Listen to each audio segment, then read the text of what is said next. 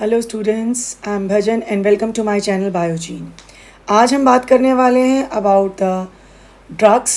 It's an important chapter and ये +2 में जो ह्यूमन बायोलॉजी में बायोलॉजी एंड वेलफेयर और है ह्यूमन डिजीज़ वाला जो चैप्टर है उसका एक सब टॉपिक है। एंड इस टॉपिक के अंदर we study the effects of the drug and the alcohol. आज हम टिपिकली जो बात करने वाले हैं, आज हम ड्रग्स की बात करने वाले हैं, that is of course hard drugs.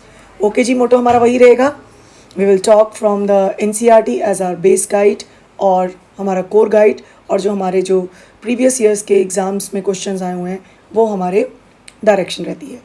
सो जो ड्रग्स, जो बेसिकली ड्रग्स की बात है, ड्रग्स टर्म आई कहाँ से है? ड्रग्स टर्म आई है, एक फ्रेंच टर्म है, डॉर्क। डॉर्क का मतलब होता है the dry herb. So the drugs, this term has come from the French term that is dork. Dog means dry herb. So what is drug? According to WHO definition, drug is any substance which is used or intended to use, जिसको use किया जाता है या use करने के लिए सोचा जाता है। किसके लिए? टू मॉडिफाई और एक्सप्लोर द वेरियस फिजिकल और फिजियोलॉजिकल और pathological state for the well being of the humans. तो मतलब ह्यूमन वेल बींग के लिए अगर हम कोई ऐसा सब्सटेंस यूज़ कर रहे हैं जो कि एक पर्टिकुलर फिजियोलॉजिकल स्टेट को मॉडिफाई कर सकता है या उसको एक्सप्लोर करने के लिए या उसको ट्रीट करने के लिए हम यूज़ कर रहे हैं, so that is what you call it as drug. So drug is, let's go by definition, drug is any substance which is used or intended to be used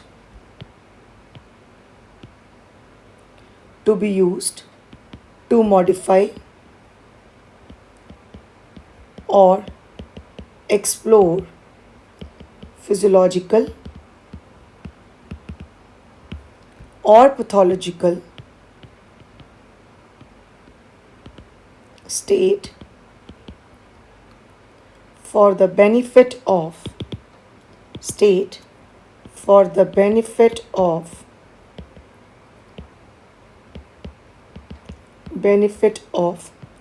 recipient.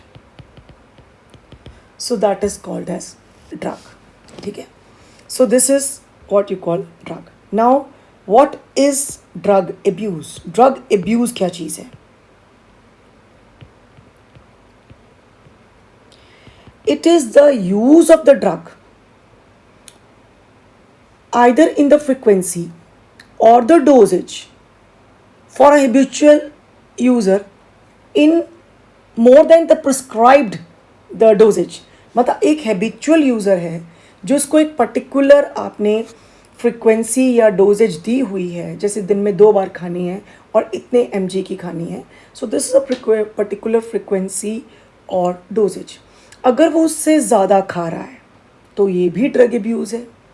और अगर वो हैबिचुअल यूज़र नहीं है, non prescriptional use है और वो उसको use कर रहा है, मतलब उसको प्रिस्क्राइब नहीं है, बट फिर भी वो ड्रग को यूज़ कर रहा है, maybe in doses, maybe in frequency for its own personal benefit, then it is also a case of the drug abuse.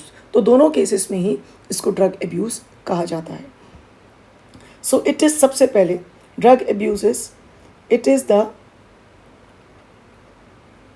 use of drug more than its prescribed dosage, that is either in dose or frequency for a habitual user or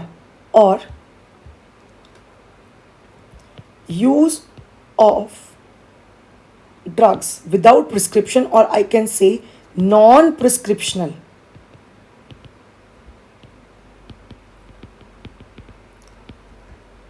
prescriptional use of drugs or substances for own personal benefits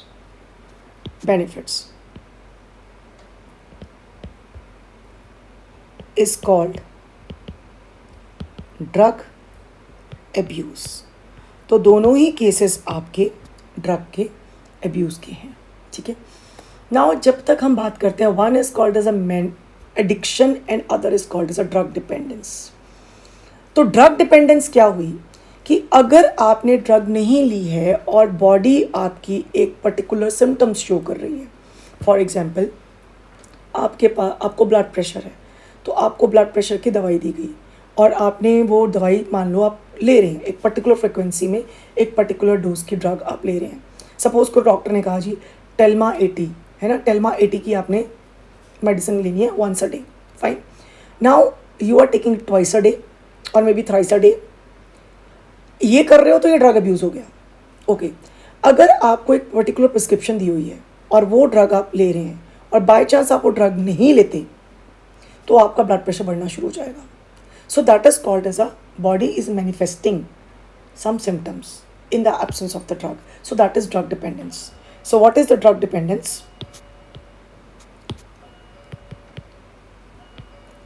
Drug dependence. Drug dependence is body is unable to function, work or function properly, या ये, or may manifest certain symptoms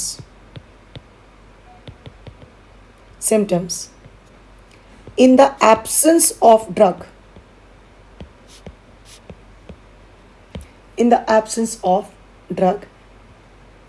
and they get corrected or body start functioning normally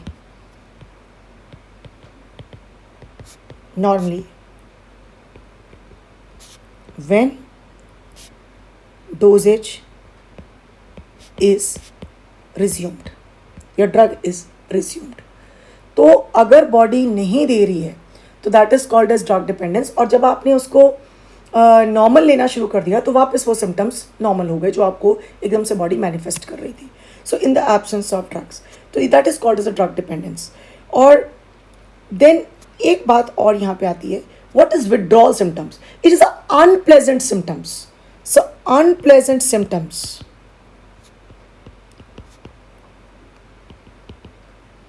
shown by body on discontinuation of particular drug or substance such as anxiety, shakiness, vomiting, even diarrhea, etc. And in severe cases, maybe coma or even death. They are called as withdrawal symptoms. तो ये जो इन symptoms को हम क्या कहते हैं, ये जो symptoms हमने लिखे हैं, these are called as withdrawal symptoms। तो ये डिपेंडेंस है, लेकिन ये डिपेंडेंस और उसमें हम क्या फ़र्क देखेंगे आपस में कि भी वहाँ पे बॉडी एक पर्टिकुलर सिम्टम मैनिफेस्ट कर रही है, यहाँ बॉडी अनप्लेजेंट सिम्टम्स जो है, अनप्लेजेंट वर्ड आपने ये याद रखना है, सिम्टम्स जो बॉडी शो कर रही है इन द एब्सेंस ऑफ ड्रग, और ये रिज्यूम हो जाएंगे जैसे ही आप ड्रग लोगे, ये नॉर्मल हो जाएंगे। तो ये जो है that is called as the withdrawal symptoms. And what is your you call it addiction? Addiction is basically mental craving. यानी आपकी जो अटैचमेंट, एक यूफोरिक, एक जो वेल बीइंग और एक एक्साइटेड सी फीलिंग आती है जब आपका दिमाग उसके साथ एसोसिएट करना शुरू कर देता है, that is called as the addiction. So addiction is a kind of psychological dependence. This what we have अभी जो हमने पढ़ा वो एक तरह का physical dependent है. So what is the psychological dependence और the addiction की बात करते हैं. Psychological dependence क्या होती है? Psychological dependence क्या होती है? It is a mental craving and it's more difficult to overcome. ये काफ़ी मुश्किल होती है ओवरकम करने के लिए. अब जैसे ये किसी भी लेवल पे हो सकती है. जैसे लोगों को चाय की होती है, सुबह उठते ही हाय चाय पीनी है, चाय पीनी है, अब चाय पीनी है. अब अगर चाय नहीं पियेंगे तो ऐसा कुछ नहीं होता. बहुत से लोग चाय छोड़ भी जाते हैं. तो ऐसा कुछ नहीं है कि भी आपकी बॉडी शेकी होनी शुरू हो गई, यू स्टार्टेड एंक्शियस फीलिंग, आपको इतना ज़बरदस्त हेडेक हो रहा है, वॉमिटिंग हो गया कि आपको कन्वल्शंस ही आनी शुरू हो गई. So this is not a kind of unpleasant symptom which is body showing. ऐसा कुछ नहीं होने वाला. सो आप ये, और ना ही बॉडी अगर ऐसे भी नहीं है. ये तो मैंने अभी विड्रॉल सिम्टम्स की बात की कि भी चाय नहीं पी तो विड्रॉल सिम्टम हो गए. नहीं, नथिंग लाइक दैट. और अगर हम बात करें कि डिपेंडेंस हो रही है तो आप ये देखिए, ऐसा भी नहीं है कि भी आपके हाथ पैर ही नहीं चल रहे या आप बड़े लिथार्जिक से फील कर रहे हैं, आपको लगता है कि अच्छा आपका दिन ही नहीं चढ़ेगा अगर आपने चाय नहीं पी. सो इट इज़ मोर और लेस, अब हो क्या रहा है बेसिकली, इट्स मोर और लेस साइकोलॉजिकल डिपेंडेंस कि मुझे चाय पीनी है. So this is a kind of psychological dependence, mental craving. So and it is more difficult to overcome. अब now what is addiction? Addiction क्या चीज़ होती है? Addiction, it is the attachment. ये एक तरह का साइकोलॉजिकल डिपेंडेंस है. किसके ऊपर डिपेंड कर गया? कि आपकी एक पर्टिकुलर इफेक्ट के साथ अटैचमेंट हो गई. So it is attachment to the particular effects और effect associated with drugs such as feeling of well-being, euphoria, etc. तो ये जो फीलिंग आ रही है ना, हाई फीलिंग जिसको बोलते हैं, so that is basically a kind of addiction. Now then receptors उसको और डोजेज मांगेंगे. इसके बारे में हम थोड़ा सा बाद में बात करेंगे. बट यहाँ पे जो कोर्स टर्म्स की हमने बात करनी थी, तो terms I have already discussed. Addiction क्या है, साइकोलॉजिकल डिपेंडेंस क्या है, फिजिकल डिपेंडेंस और क्या है. ड्रग डिपेंडेंस मीन्स फिजिकल भी हो सकती है, साइकोलॉजिकल भी हो सकती है. तो आपके पास जो ड्रग डिपेंडेंस है, so drug dependence can be of two type. It could be physical dependence, it could be the psychological dependence. तो हम यहाँ पे फटाफट इसको रिकैप में ख़त्म कर देते हैं. ड्रग डिपेंडेंस क्या हुई? ड्रग डिपेंडेंस आपके पास, ड्रग डिपेंडेंस आपकी फिजिकल भी हो सकती है, जिसमें हो सकता है बॉडी आपको अनप्लेजेंट सिम्टम भी दे अगर आपका जो रिसेप्टर है वो बहुत ही अकस्टम हो चुका है और उसके बगैर वो रह ही नहीं सकता. And it could be the psychological also. So this is, जैसे कि हमने अभी डिस्कस किया कि ब्लड प्रेशर का है, वो एक फिजिकल डिपेंडेंट है. अगर बॉडी अनप्लेजेंट सिम्टम देने शुरू कर दे तो वो फिजिकल डिपेंडेंस का एक एग्जेजरेटेड साइन है, दैट इज़ विड्रॉल सिम्टम्स. और फिर हम आते हैं साइकोलॉजिकल डिपेंडेंस के ऊपर. तो साइकोलॉजिकल डिपेंडेंस में इट इज़ मोर और लेस हम बात करते हैं मेंटल क्रेविंग्स की. तो मेंटल क्रेविंग इसमें अंदर बहुत ज़्यादा हो रही है. ओके, सो अब हम बात करते हैं मोस्ट कॉमनली यूज्ड ड्रग कौन कौन सी हैं. Most commonly abused drugs, most commonly abused drugs are opioids, coca alkaloids and cannabinoids. तो हम एक एक करके बात करते हैं इनके बारे में. लेट्स से ओके, तो सबसे ज़्यादा जो अब्यूज़ होने वाले ड्रग्स हैं वो ओपियोइड्स हैं, कोका एल्कलॉइड्स हैं और कैनाबिनॉइड्स हैं. अब जरा आ जाए एनसीईआरटी क्या कहती है. NCERT states that Survey and statistics show use of drug and alcohol has been rise especially among the youth.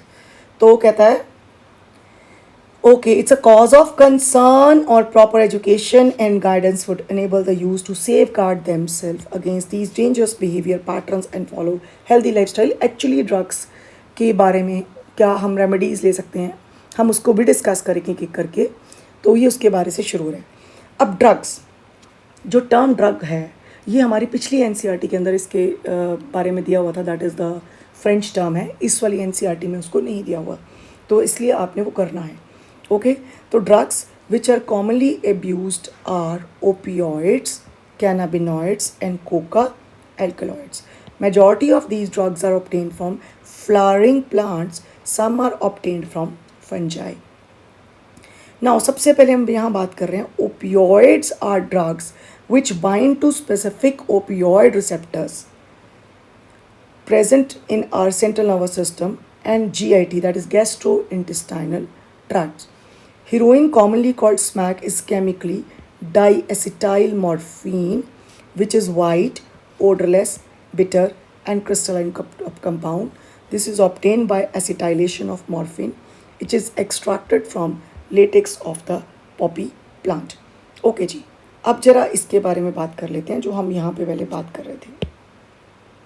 So we have that is the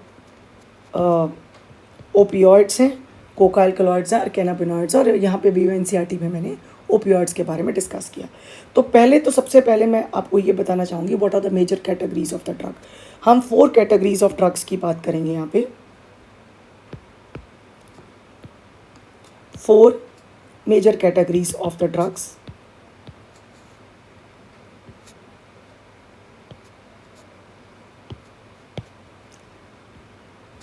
तो यहाँ पे हम अब 4 मेजर कैटेगरीज की बात करेंगे.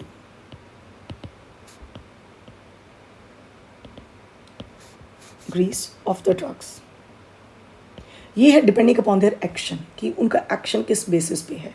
सो ये डिपेंडिंग अपॉन एक्शन के ऊपर है.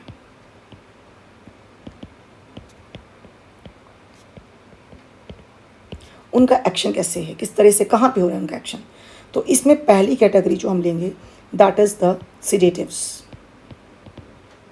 And tranquillizers. Sedatives and we have the tranquillizers. Now जो सिडेटिव्स और आपके ट्रैंकुलाइजर्स हैं ये बेसिकली क्या हैं, they are the anti anxiety के लिए यूज़ करते हैं, सडेशन के लिए यूज़ करते हैं, स्लीपिंग के लिए उनको यूज़ किया जाता है. तो ये कैटेगरी जो है बेसिकली वो सेंट्रल नर्वस सिस्टम डिप्रेसेंट है. तो sedatives and tranquillizers. Second category हमारे पास आती है ओपियोइड्स की. थर्ड आर योर कैनाबिनॉइड्स, और ऑफ कोर्स इसको कैनाबिनॉइड्स की जगह यहाँ पे हम ऐसे लिखते हैं. Third category is of okay hallucinogens and stimulants. Fourth, तो स्टिमुलेंट्स आ गए और हमारे पास हेल्यूसिनोजेंस आ गए. So we have 4 categories.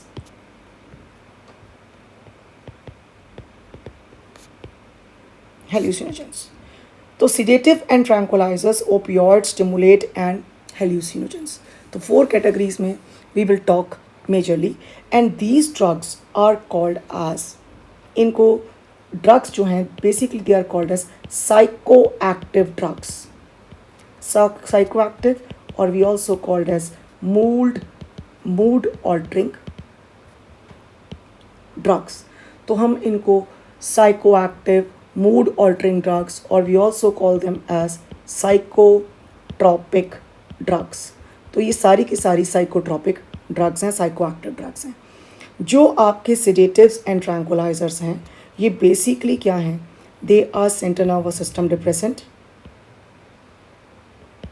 ये आपके सेंट्रल नर्वस सिस्टम डिप्रेसेंट हैं और इनमें से काफ़ी they reduce anxiety,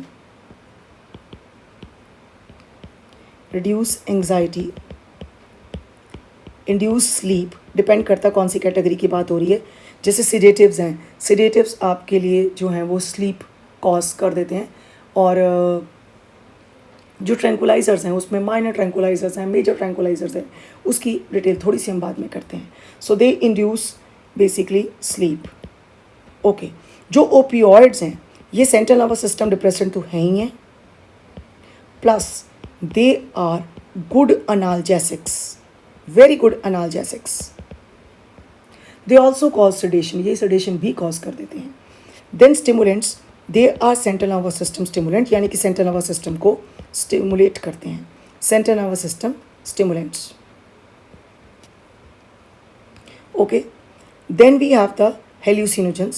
Hallucinogens are basically they cause hallucinations. Now what are hallucinations?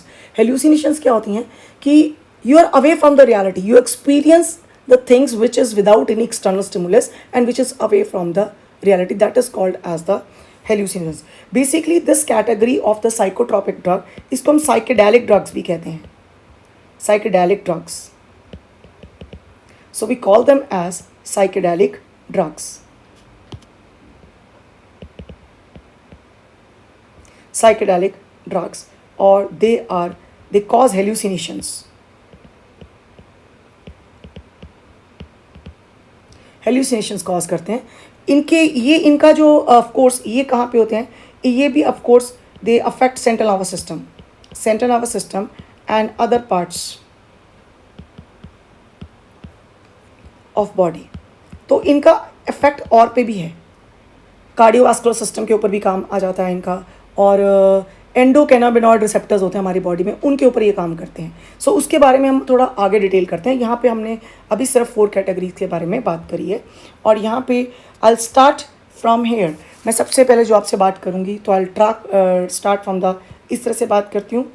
जो आपके पास ड्रग्स हैं, ओके जी फाइन, हमने ड्रग्स शुरू करी, और ड्रग्स में सबसे पहले हम बात कर रहे हैं आपके पास सिडेटिव्स एंड ट्रैंकुलाइजर्स की। So we have the sedatives and of course the tranquillizers. Sedatives and tranquillizers, okay. तो जो सिडेटिव्स हैं बेसिकली ये कैसे काम करते हैं, दे आर हिप्नोटिक्स हैं ये सेंट्रल नर्वस सिस्टम डिप्रेसेंट तो है ही हैं, सेंट्रल नर्वस सिस्टम डिप्रेसेंट है, दे रिड्यूस। अब कोई चीज़ नर्वस सिस्टम को अगर डिप्रेस करेगी तो ऑफ कोर्स वो पेन को भी क्या करेगी, रिड्यूस करेगी, आपकी एंग्जाइटी को भी क्या करेगी, कम करेगी। सो दे लोअर पेन ऑल्सो। सी, इनका प्राइमरी इफेक्ट नहीं है एनाल्जेसिक, जैसे कि ओपियोइड्स का प्राइमरी इफेक्ट एनाल्जेसिक्स है कि वो एज एनाल्जेसिक्स काम करते हैं। ये इनका, बिकॉज अगर आपका नर्वस सिस्टम ही सप्रेस हो रहा है यानी डिप्रेस हो रहा है, तो नेचुरली आपकी जो परसेप्शन है, आपका जो ब्रेन का पेन को लेकर जो ब्रेन का रिस्पॉन्स है वो भी कम हो जाएगा, और पेन की एक्सेप्टेंस भी आपकी कम हो जाएगी। So that is lower pain. They reduce excitement, they reduce excitement and they also lower your psychological functions, lower physiological and psychological functions को भी affect कर रहा है। तो lower physiological function, इसलिए आप देखिए लोग दवाइयाँ आगे कहते हैं यार मेरे से उठा नहीं जा रहा, मेरे से ये नहीं हो रहा, तो बेसिकली सारे फंक्शंस ही आपके अफेक्ट हो रहे हैं। Lower physiological functions and functional activity leading to drowsiness and lead to drowsiness and sleep। तो उससे आपकी जो स्लीप है वो भी बेसिकली क्या हो रही है, अफेक्ट हो रही है, तो you feel sleepy. So that means they are sedatives. इसमें जो मेजर ड्रग्स हैं वो है बार्बिचुरेट्स एंड बेंजोडाइज़ेपिन्स, ये इसमें हम मेनली लेते हैं। तो इसके अंदर हमारी एक एग्जाम्पल आ गया आपको, barbiturates and बेंजोडाइज़ेपिन्स।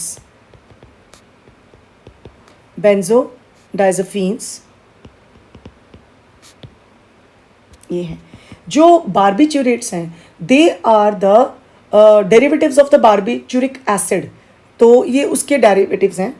So they are derivatives of barbituric acid, barbituric acid. और इनका मेन काम क्या है? They basically suppress your all excitable cells. Of course इसका जो सबसे ज़्यादा इफेक्ट आता है वो ब्रेन के ऊपर आएगा. सो आपके पास generally depressant for all excitable cells, but CNS is most sensitive. Reduce anxiety. They reduce anxiety and cause sleep. They reduce anxiety and cause sleep. So they're part of sleeping pills. ये sleeping pills का part है. जो बेंजोडाइज़ेपिन्स हैं ये क्या काम करते हैं? अच्छा हाँ, अगर इनका एक्सेस हो जाए, बार्बिट्यूरेट्स का अगर आप इनका एक्सेस ले लीजिए तो आपके ऑर्गन सिस्टम्स वगैरह क्या हो सकते हैं? अफेक्ट हो सकते हैं. सो जो एग्जाम्पल इसमें हमने ले लिया दैट इज़ योर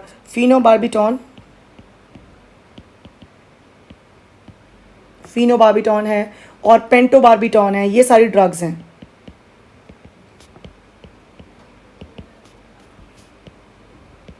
एक्सेट्रा. जो बेंजोडाइज़ेपिन्स हैं ये क्या काम करते हैं? ये भी बेसिकली देर एंक्शोलिटिक का मतलब क्या हुआ? ये आपकी जो एंग्जाइटी है उसको क्या कर रहे हैं? रिड्यूस कर रहे हैं. Basically they are reducing your anxiety. Sorry, that is with the tranquillisers. ये भी आपकी एंग्जाइटी को रिड्यूस कर रहे हैं. बट ये उतने जैसे ट्रैंकुलाइजर्स हैं उनका बेसिकली ही काम कहाँ पे होता है जाकर? दैट इज़ आपका वेल बीइंग, आपकी यूफोरिक कंडीशंस जो उसको इंसान फील करता है उसके अंदर, वो किसी भी तरह का साइकोसिस हो, जो ट्रैंकुलाइजर्स हैं वो आपको हमेशा हर जगह में वेल बीइंग देंगे. सो बेंजोडाइज़ेपिन्स में भी ये भी रिड्यूस एंग्जाइटी है. दे ऑल्सो रिड्यूस एंग्जाइटी. इसीलिए इसको माइनर ट्रैंकुलाइजर्स में भी यूज़ कर लेते हैं. So they also reduce your anxiety and they are muscle relaxant. They are muscle relaxant or as well as also cause sedation. तो sedation ये भी cause करते हैं. काफ़ी common example यहाँ पे है alprazolam. Example alprazolam, ये drug दी जाती है. तो alprazolam है, इसके अलावा Valium है. All these kinds of drugs we have. ये हमारे पास डिफरेंट तरह की ड्रग्स हैं जो हम बात करते हैं बेंजोडाइज़ेपिन में. ओके, तो फर्स्ट फटाफट थोड़ा सा हम ट्रैंकुलाइजर्स के बारे में बात कर लेते हैं. ट्रैंकुलाइजर्स में हमारे पास सबसे पहले ये उतना स्लीप नहीं कॉज करते. They don't cause sleep. They basically give you a feeling of well being. एक आपको एक वेल बीइंग का फीलिंग ये आपके लिए ज़्यादा देते हैं. सो ट्रैंकुलाइजर्स क्या हैं? They decrease tension and anxiety and produce feeling of calmness without inducing sleep. जो tranquilizers हैं they are of two types.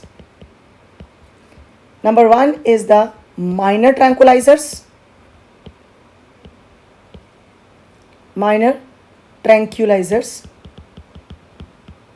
And इनको हम कहते हैं दे आर एंक्शियोलिटिक, यानी कि ये बेसिकली एंग्जाइटी को रिड्यूस करने के लिए काम करते हैं. So they basically reduce your anxiety और reduce anxiety and phobic conditions.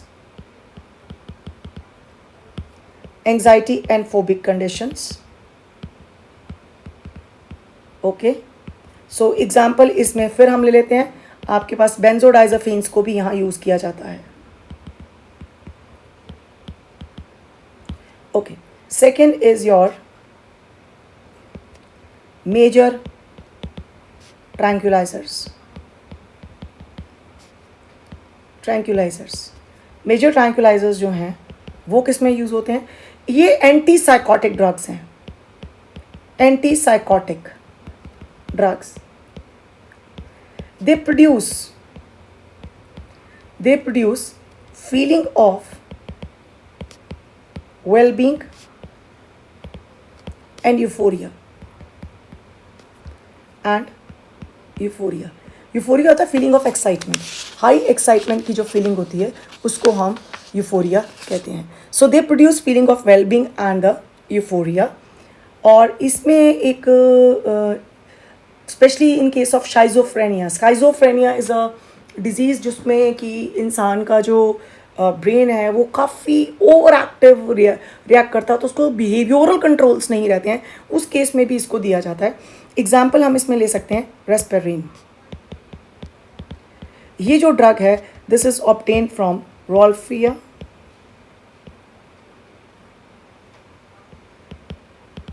सर्पेंटाइना। इससे ये ड्रग जो है वो ऑब्टेन की जाती है। So we have done with the sedatives क्या हैं, ट्रैंक्विलाइजर्स क्या हैं। ये हमारी पहली कैटेगरी मैंने जो अभी डिस्कस किया आपके साथ। और सेकेंड कैटेगरी हम यहाँ बात करने वाले हैं ओपियोइड्स की, और फिर स्टिमुलेंट्स और hallucinogen. Let's talk in the next lecture, तो be watchful for your next lecture also. तो उसमें मैं बात करूँगी आपके लिए ओपियोइड्स की, स्टिमुलेंट्स की और हेल्यूसिनोजेंस की। So thank you very much. आज हम सिर्फ एक टॉपिक के साथ ही यहाँ पे वाइंड अप करेंगे and hope you are liking my lecture. और अगर आपको ये पसंद है तो प्लीज़ मुझे अपने कमेंट बॉक्स में अपनी फीडबैक दीजिए। You can ask me question, और आपकी इस तरह से जो हेल्प चलती है आगे उसको सब्सक्राइब कीजिए, शेयर कीजिए and do like it. It is not going to give me boost but it's also give me think कि बच्चों को क्या चाहिए। I am getting the feedbacks and I value your feedbacks also. Different feedbacks मुझे मिलती हैं आपकी, तो इसी वजह से बिकॉज मेरा यहाँ पे भी फोकस ये है कि जो बच्चे अभी नीट के लिए प्रिपेयर कर रहे हैं या कुछ हैं, तो उनको जिन टॉपिक्स में डिफ़िकल्टीज़ हैं तो धीरे धीरे हम उन टॉपिक्स के ऊपर वीडियोस बनाते जा रहे हैं। तो आप ये देखेंगे जैसे जैसे वीडियोस बनती जा रही हैं वो टॉपिक अपने आप ही कवर होता चला जा रहा है। तो thank you very much. Stay safe and good luck to you.